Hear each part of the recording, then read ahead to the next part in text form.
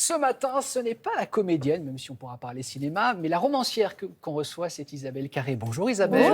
Bonjour. Déjà, si on compte le livre pour enfants que vous aviez écrit, c'est déjà votre 4e livre. Il s'intitule Le jeu des six. C'est un roman qui sort chez Grasset. Alors, question toute simple, Isabelle, comment elle est née l'idée de ce roman? Comment est-elle née? Une femme qui monte dans un taxi qui n'est pas le sien. J'étais en tournage, c'était il y a 20 ans. Moi, je mets du temps à accoucher des histoires. Et c'était il y a 20 ans, j'étais en tournage avec Cédric Kahn, un film pour enfants, L'Avion. Et nous tournions en Allemagne. Et il y a 20 ans, voilà, il n'y avait pas les réservations comme on connaît aujourd'hui. Je faisais la queue pour mes taxis à chaque fois que je revenais à Paris. Et je voyais ces pancartes, vous savez, avec ces taxis. Et il y en a toujours un qui reste là à attendre un client qui ne vient jamais. C'est ça. Et je me disais, si je me faisais passer pour cette personne. Mais pas dire au bout de 5 minutes, écoutez, non, excusez-moi, je vais vous payer la course, pardon. Ne pas se déballonner. Voilà, quoi. ne pas se déballonner et voir jusqu'où ça pourrait me conduire, voir jusqu'où je pourrais emprunter cette vie nouvelle. Oui. Et pourquoi, justement, il a fallu attendre 20 ans? Il fallait que ça mature, il fallait... Les Rêveurs, mon premier roman, j'ai mis 30 ans avant d'oser écrire cette histoire qui est plus autobiographique. C'est vrai que l'écriture, c'était quelque chose qui m'accompagnait beaucoup quand j'étais adolescente et puis jusqu'à l'âge de 30 ans. Puis je l'ai un peu perdu finalement avec les rôles importants qu'on m'a confiés. J'avais un endroit où m'exprimer et ça me convenait. Mais l'écriture quand même me manquait et je suis très heureuse là depuis maintenant 6-7 ans d'avoir renoué avec ça. L'écriture au quotidien en fait, c'est ça la différence. De s'astreindre et d'écriture vraiment tous les jours, effort-là. c'est ça qui permet, je trouve, d'aller au bout d'histoires comme celle-là. Alors justement, donc on l'a dit, l'héroïne monte dans un taxi qui n'est pas le sien. Est-ce que cette idée, le fantasme de quitter sa vie, de recommencer une nouvelle vie, on l'a peut-être tous eu un jour, vous personnellement, dans votre vie par exemple, à un moment donné, vous vous êtes dit j'ai envie de changer de vie, de tout plaquer? Comme bonne Parisienne que je suis, je rêve de vivre à la campagne. Effectivement, changer de vie. Et je pense que le fait d'avoir choisi ce métier de comédienne, c'est justement parce que j'ai ce fantasme-là chevillé au corps.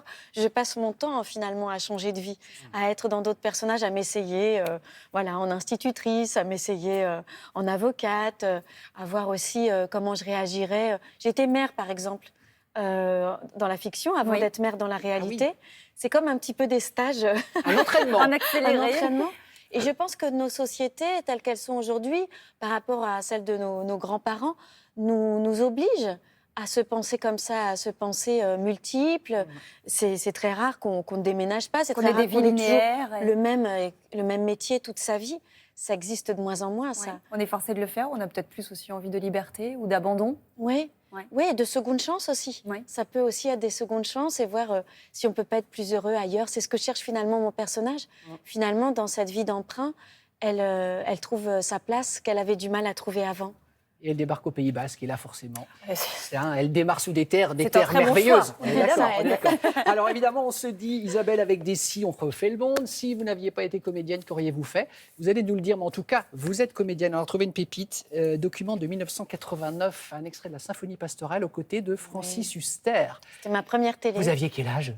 J'avais 17 ans. Je venais d'avoir 17 ans, je venais de fêter mon anniversaire. Vous veniez d'avoir 17 ans. Extrait, regardez. Isabelle Carré, Francis Huster. Ceux qui ont des yeux ne connaissent pas leur bonheur. Mais moi qui n'en ai point, je connais le bonheur d'entendre. Pasteur,